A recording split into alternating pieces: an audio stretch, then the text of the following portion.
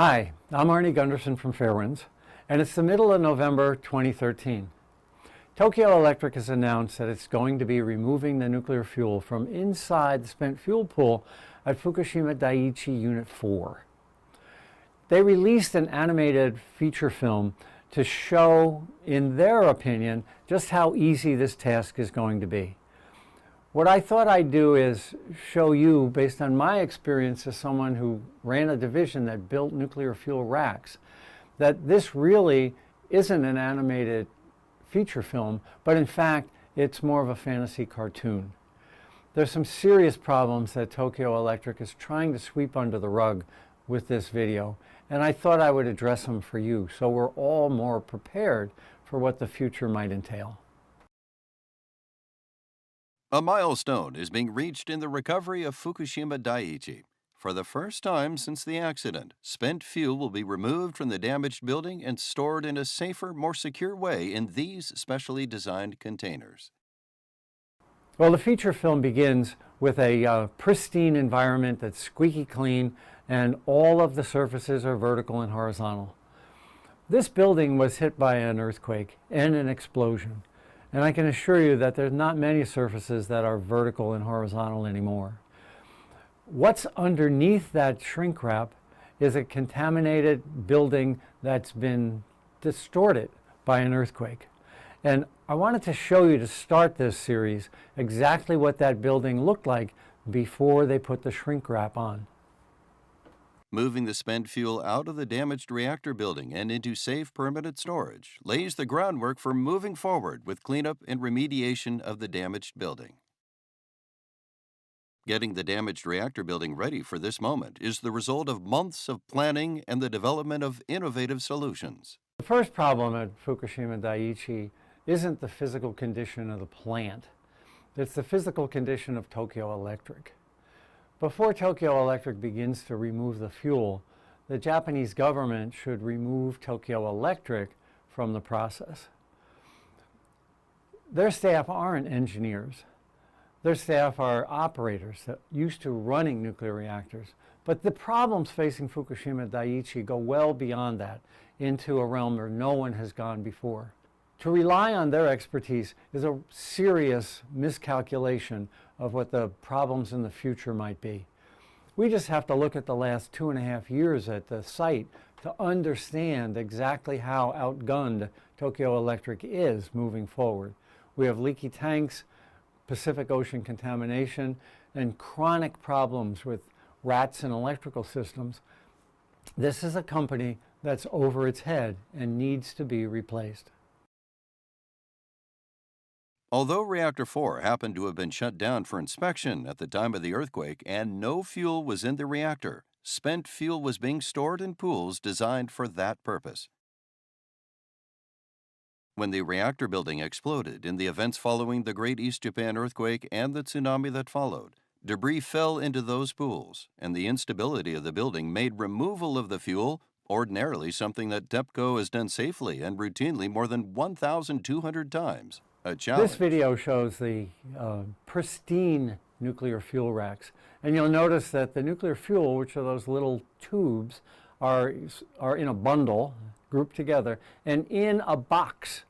Well, that box has neutron absorbers in it.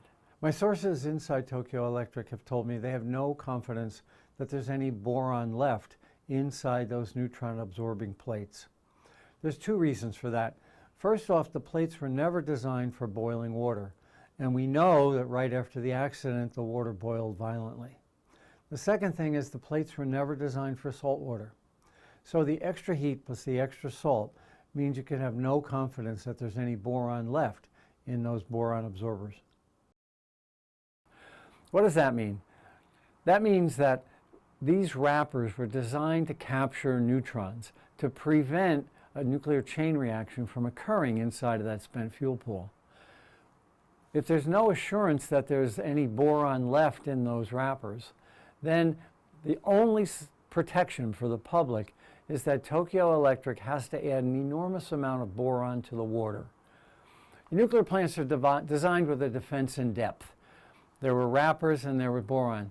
they've lost the defense in depth, and in fact now there's just one barrier between inadvertent criticality, a chain reaction in the fuel pool, and that's that hopefully the boron concentration in that water will be high First, enough. we used more than 20 different kinds of specialized equipment to remove all kinds of debris. Some of the smaller pieces of debris will be removed along with the fuel. There's a major problem with that statement that some of the smaller pieces of debris will be removed with the fuel, and that's that the smaller pieces of debris will cause friction. And as Tokyo Electric tries to pull that fuel out, it will bind up and likely snap. We also checked for corrosion that might have been caused by the seawater used to cool the reactor, and our inspection showed that the material remained strong enough to be lifted out. This paragraph is about the biggest misnomer in the entire Tokyo Electric presentation. The picture they're showing you is of a new fuel assembly. A couple months ago, Tokyo Electric pulled 2 new fuel assemblies, but for them to claim that a new fuel assembly that's never been in a nuclear reactor is the same structural integrity as a spent fuel assembly that spent 4 years in a nuclear reactor, there's a serious misrepresentation. In fact, as nuclear fuel operates in a nuclear reactor, it degrades. It becomes brittle. So their comparison here between a new fuel bundle and what they're going to be removing, spent fuel bundles, is a serious mistake. And really, the record needs to be set straight by Tokyo Electric that this is really a major inaccuracy. We also developed and installed a unique protective cover for the building and stabilized the building to prevent any further damage to the fuel pool and also to protect the safety of the workers. This picture shows that the gray structure is brand new. And that's an indication that the building was severely damaged, either by the explosions or equally likely from the earthquake that occurred right before the explosions. The large canister that's ultimately going to be lifted to the ground weighs about 100 to 110 tons. The building as it existed is so damaged it can't handle a large canister. Tokyo Electric had to build a new building in order to hold the weight. So that's an indication of just how structurally damaged the building is. The second misnomer here is that Tokyo Electric shows the wrapper, basically a Kevlar wrapper, just like you'd put on a boat, to be put in place to protect the safety of the workers. That's really not true. As the fuel assemblies are being pulled, it's possible that they can snap and release radioactive gases. What that building is really there for is to capture those gases and send them up a high stack as opposed to having a ground level release. The machinery used for the extraction has also been modified to meet this unique challenge. Fail-safe wiring and redundant braking systems are used, along with sensors to prevent weight overloads and excess stresses. You recall earlier I talked about how the friction from all of the rubble that's in the pool is going to make it harder to pull the fuel. Well, excess stresses that Tokyo Electric talks about is really because the box is distorted, and it will be very difficult to pull that fuel element out. It's almost like you had a pack of cigarettes. If the pack is not distorted, the cigarettes come out easily. But if you squeeze the pack or distort it sideways, then the cigarettes don't come out anywhere near as well. What Tokyo Electric is admitting there is that as they pull up the fuel, they very well may get to a situation where the fuel sticks and it's too hard to pull any further. Hopefully at that point they can push it back in, but that's not a given either, and they may wind up with elements that are partially in the rack and partially out of the rack. To pull any further or any harder might snap the element and release radioactive gases. And all the removal equipment has been made strong enough to withstand even the unlikely event of another earthquake as strong as the March 2011 quake. What they're not saying here is that the old building isn't strong enough, and that if an earthquake occurs before that fuel pool is empty, there's serious structural problems in the old building. While they've built a new building to withstand the original earthquake conditions, what they're basically also saying is that the old building can't withstand that earthquake a second time. That's why it's critical to get that fuel out as quickly as possible. Unfortunately, I don't think the right people are doing the job. With all these precautions in place, we can move forward with removing the fuel. To remove it, a crane positions a grappling assembly carefully over the fuel and slowly lifts it out of the pool. Once the fuel has been lifted out, it is lowered into special casks. These casks will be sealed and moved to a safe and secure storage underwater location on the Fukushima NPS site. Tokyo Electric showing two cranes in this picture. The smaller one on the bottom of the picture can only lift a couple tons, and it's designed only to lift individual fuel bundles. The larger one is designed to lift heavy canisters, but you'll notice that it's connected to the gray structure which they built after the earthquake. It's another admission that the building can't withstand the weight of the canister, and they had to find an alternate way to remove the fuel. Storing it underwater shields any radiation from escaping, and keeping it here on the site avoids any need to transport it on roads or railways. There's a couple problems with this representation. First off, that there's no place else to send the nuclear fuel right now. Tokyo Electric has been storing fuel on site for 20 or 30 years in a large spent fuel pool that's on the site.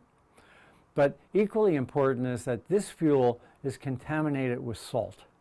And when it's placed in another fuel pool, it's likely to contaminate the other bundles with salt as well.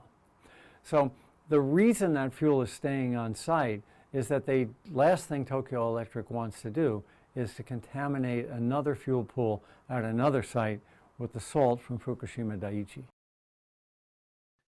This transfer from one form of underwater storage to another will not lead to any radiation exposure to workers or anyone else. In the perfect world of this cartoon, the workers will not receive any extra exposure. But as has happened in the United States, these fuel pool bundles can break. And when they break, they will release radioactive krypton-85 gases into the fuel pool area, into that envelope that's surrounding the fuel pool. Workers will have to be evacuated, and those gases will have to be exhausted up the stack into the atmosphere throughout Fukushima Prefecture. The movement of the fuel to permanent storage will enable us to move to the next phase of the cleanup and safe decommissioning of Reactor 4, a milestone in the process of recovery.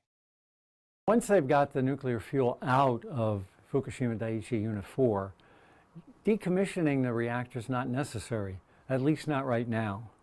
Their money would be better spent moving on to 3, 2, and 1 to prevent the radiation in those plants from becoming airborne and contaminating not just the prefecture, but potentially the entire country of Japan. I don't know why they're considering decommissioning Unit 4, except as a publicity issue to show that one of the units has been dismantled. This is an easy job in comparison to the problems at Fukushima Daiichi 1, 2, and 3. And I think their management attention and money would be better spent getting the nuclear fuel out of those 3 reactors instead of cosmetically removing Unit 4 from the site. As the cleanup and remediation moves forward, we remain committed to sharing information like this video with you. Anybody who's been following the Fukushima Daiichi accident since it happened has to understand that Tokyo Electric has never been committed to getting information to the public in a timely and accurate manner. I had dinner with Japanese former Prime Minister Kan a couple weeks ago, and we talked about, in his role as the Prime Minister during the nuclear accident, how difficult it was to get accurate information. And he told me 2 things. He told me he couldn't trust the regulator in Japan, and he also couldn't trust Tokyo Electric. His exact words were, "The information I received was neither timely nor accurate." So Tokyo Electric has been committed to protecting Tokyo Electric, but not really sharing information with the public since this accident began. For more information, please visit www.tepco.co.jp. So here's the bottom line for the cleanup at Fukushima Daiichi. Tokyo Electric doesn't have the technical expertise to do this job right. Before removing fuel, we should remove Tokyo Electric. The second piece of that, though, is that Tokyo Electric never had the money to do this right. They're too small to afford a cleanup of this magnitude. The Japanese government's got to step up and admit that this is a $500 billion problem, and the people in the country of Japan are on the hook to pay for it. There's not enough assets in Tokyo Electric to ever solve this problem. The third piece is that international experts have to be brought in. This is too big a problem for any one company to solve. But lastly revolves around you and me. We've got to provide citizen oversight to make sure this job is done correctly. If we leave it to the nuclear priesthood, they'll circle the wagons and not tell us everything that's going on there. I'm particularly concerned about the dose that people in Fukushima Prefecture are receiving and the health effects that are being presently hidden. Citizen oversight is the key to make the cleanup of Fukushima work. Fairewinds has been a beacon of information in an age when the nuclear priesthood does not want information released. And I know that you appreciate this because you're watching these videos. You can help us to continue to be that beacon in the fog in 2014. A donor has stepped forward and has offered us $2 for every dollar that other people give us. That means that your $1 donation makes 3 when it's matched by this donor. It's an incredible opportunity.